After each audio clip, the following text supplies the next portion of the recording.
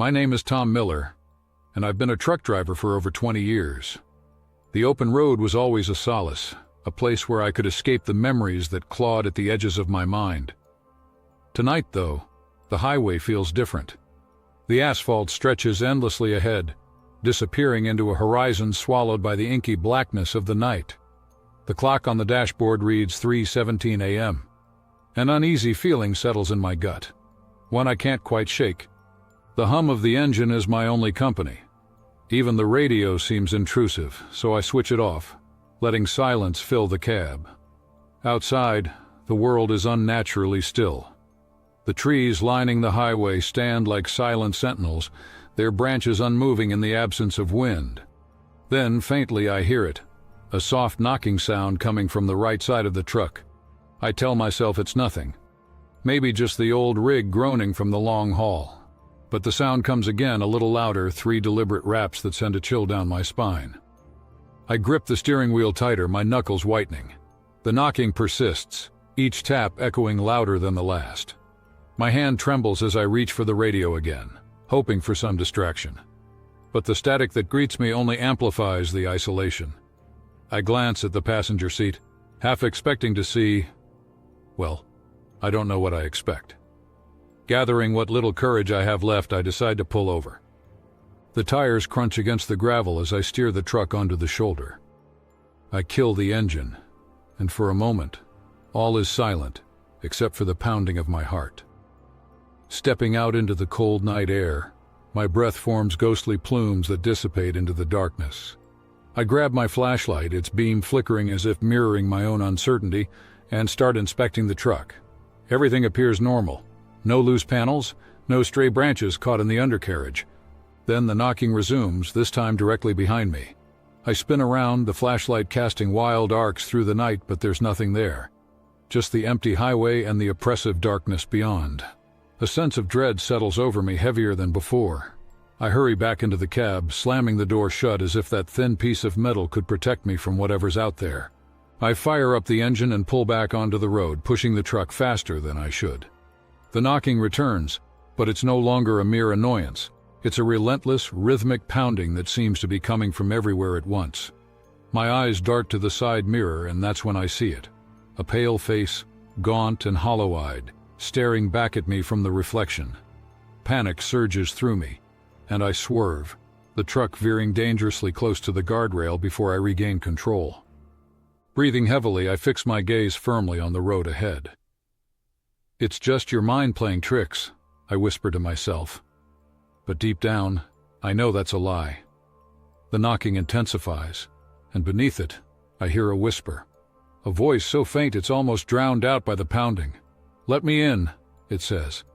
My blood turns to ice. I press harder on the accelerator, the engine roaring in protest. "No, not again," I mutter, my throat tight. Memories I've tried so hard to bury start flooding back. 10 years ago, on a night much like this one, I was driving this very stretch of highway. A young woman stood by the roadside waving frantically. I saw her too late, or maybe I pretended I did. Fearful of getting involved, I kept driving. The next day, her body was found a few miles down the road. They said she was hit by a passing vehicle, left alone to die in the cold. I told myself it wasn't my fault, that there was nothing I could have done. But guilt is a shadow that never leaves. "Let me in," the voice insists, louder now. My hands shake uncontrollably. The knocking has become a deafening roar echoing inside my skull. Up ahead, in the glow of the headlights, I see her. The woman from 10 years ago stands in the middle of the road, her eyes locked onto mine. I slam on the brakes, the truck screeching to a halt just inches from her. My heart pounds so violently I fear it might burst. But when I look again, she's gone. The road is empty, as if she was never there. The knocking ceases, replaced by an eerie silence that feels even more unsettling. I exhale shakily, wiping the cold sweat from my brow. "Get a grip, Tom," I tell myself, though the words offer little comfort. A movement catches my eye. In the rearview mirror, I see her sitting in the passenger seat. Her face is a grotesque mask, skin pale and flaking, eyes hollow, a twisted smile that sends a jolt of terror through me. I can't breathe. Before I can react, the truck lurches forward on its own, the engine revving as if possessed. Trees blur past as we veer off the road and plunge into the dense forest. "Stop, please!" I shout, my voice hoarse. I wrestle with the wheel, but it's futile.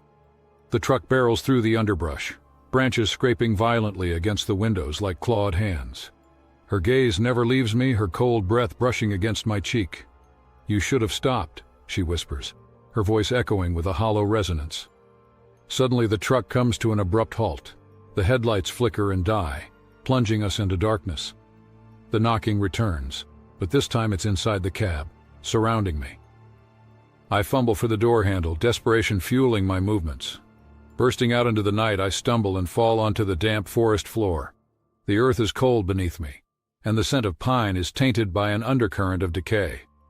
I scramble to my feet and run. Low-hanging branches whip against my face, leaving stinging cuts. The forest is a labyrinth, each turn leading me deeper into its grasp. The knocking follows, an inescapable soundtrack to my terror. Shadows flit between the trees, twisted figures with glowing eyes that watch but never approach.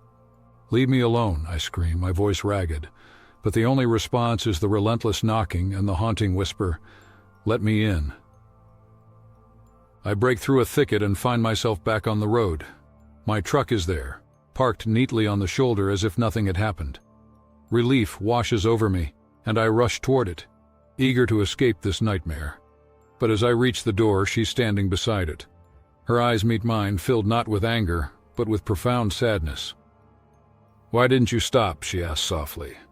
"I'm sorry," I choke out, tears blurring my vision. "I was scared. I didn't know." "You left me to die," she says, her voice tinged with a pain that cuts deeper than any accusation. "I wanted to help, but I was a coward."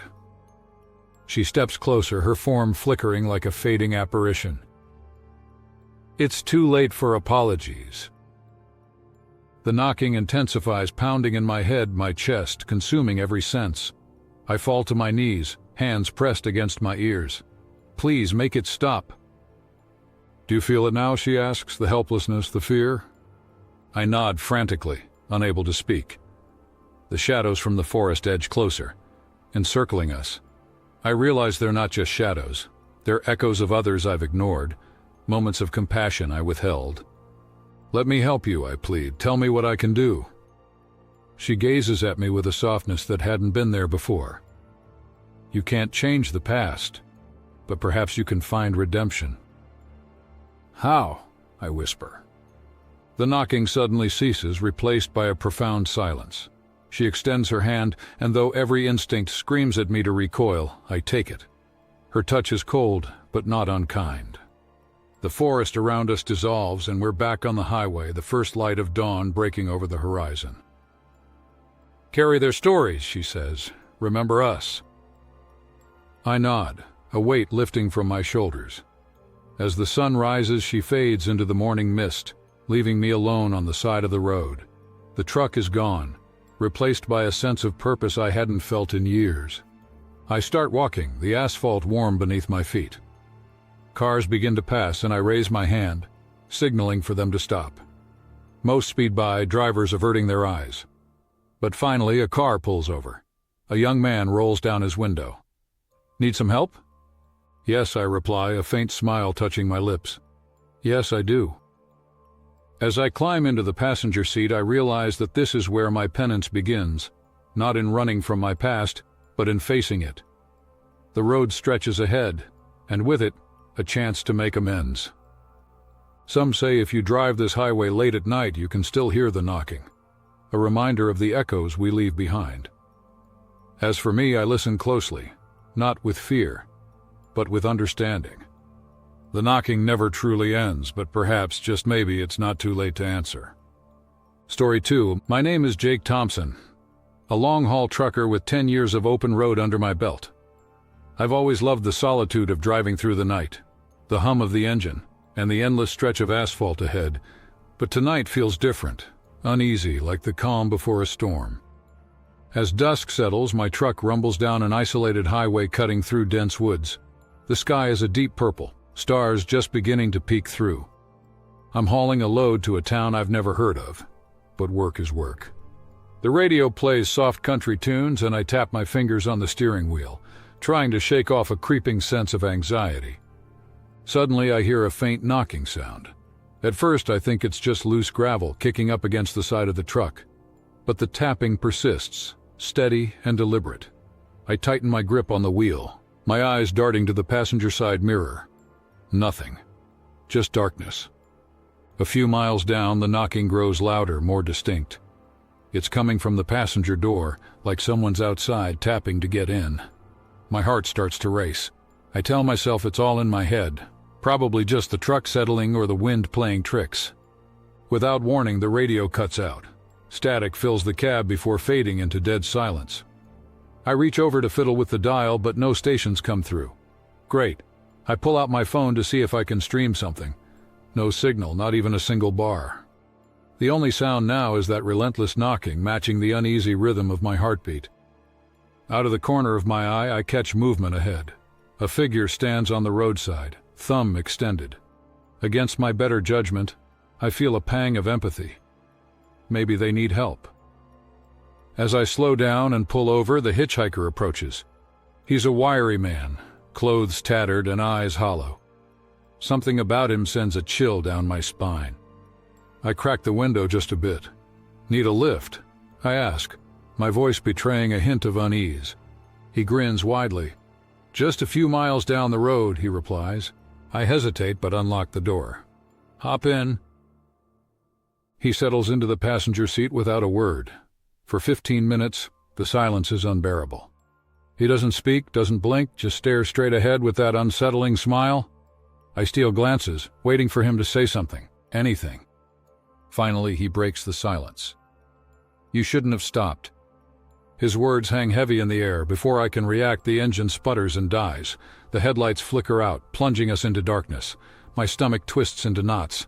I turn to question him, but the passenger seat is empty. He's gone. Panic surges through me as I frantically try to restart the truck. Nothing. The knocking returns, louder and more insistent. I grab my flashlight and step out into the night, the beam slicing through the darkness. Hello? I call out, my voice shaking.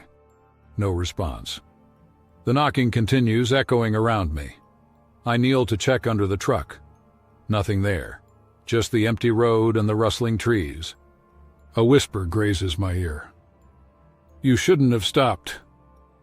I whirl around, the flashlight shaking in my trembling hand. No one.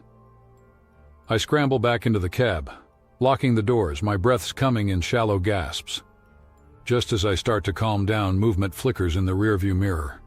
I catch sight of the hitchhiker sitting in the back seat, his eyes boring into mine through the mirror.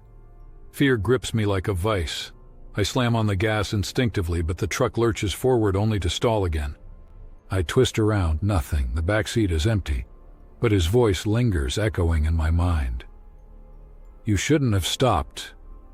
Desperate to escape, I manage to get the truck started and speed down the endless highway, but after a few miles, the engine sputters once more. I pull over, stranded. The knocking envelops me, coming from all directions now. My hands are slick with sweat as I clutch the steering wheel, eyes scanning the darkness. Stepping out again, I aim the flashlight into the void. Shadows dance at the edges of the beam. The knocking crescendos, a cacophony that's deafening. Then I see him, the hitchhiker, standing in the middle of the road, that eerie grin stretching across his face. Leave me alone, I shout, my voice cracking. I blink and he's gone. The oppressive silence returns, broken only by the pounding of my heart. I jump back into the truck, the temperature inside plummeting. My breath fogs up the windshield as frost creeps along the glass. It's summer. This doesn't make any sense. The heater blasts cold air. The knocking resumes, now from within the cab. It feels like someone is right beside me, invisible yet palpably present. I start the truck again and floor it. In the rear-view mirror, headlights appear, a vehicle closing in fast.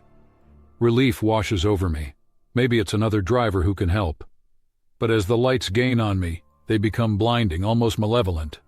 The vehicle tails me aggressively, swerving in sync with my every move. No matter how fast I drive, I can't shake it. The road ahead is swallowed by a sudden dense fog. Visibility drops to zero, but stopping isn't an option. Figures seem to move within the mist, shadows without substance. The knocking inside the cab is now a relentless drumbeat. Glancing to my right, I nearly jump out of my skin. The hitchhiker is back in the passenger seat, his smile wider than ever. "You shouldn't have stopped," he whispers. I scream, the sound torn from the depths of my fear, and swerve wildly. The truck skids but miraculously stays on the road. I don't dare look back at the passenger seat. A flood of memories crashes over me, stories of a trucker who disappeared on this very stretch of highway after picking up a hitchhiker. A legend among drivers, a ghost story to keep us awake on long hauls. But it's just a story, isn't it? The radio snaps back on, but instead of music, a haunting melody fills the airwaves. The lyrics are a chilling echo of the hitchhiker's words. "You shouldn't have stopped." I yank the knob to turn it off, but the volume only increases. The knocking syncs with the song's rhythm, a macabre symphony that threatens to drive me mad. The truck stalls again. I pound the steering wheel in frustration and despair. The knocking is inside my head now, a relentless reminder of my mistake. I step out into the fog-laden night, determined to face this specter. Ahead, the hitchhiker stands, waiting. My legs feel like lead as I approach him. "Why are you doing this?" I plead, and his eyes pierce through me. "Because you stopped." I stumble back, the flashlight slipping from my grasp. Darkness envelops me as I scramble back to the truck, desperation fueling my movements. The engine roars to life one final time. I speed off, but the road stretches infinitely. No landmarks, no exits, just an endless ribbon of asphalt. The knocking fades, replaced by the deafening silence of the unknown. I drive for what feels like hours, days. Time loses all meaning. The realization sinks in like a stone. I'm trapped. The highway has become a purgatory with no end, no escape. In the rearview mirror, I see the hitchhiker one last time, standing in the middle of the road, his figure shrinking into the distance. "You shouldn't have stopped," his voice echoes faintly. I keep driving, the endless night swallowing me whole. The only sounds are the hum of the engine and the faint knocking that I know will never truly go away. My name is Jake Thompson, and I fear I may never see the dawn again.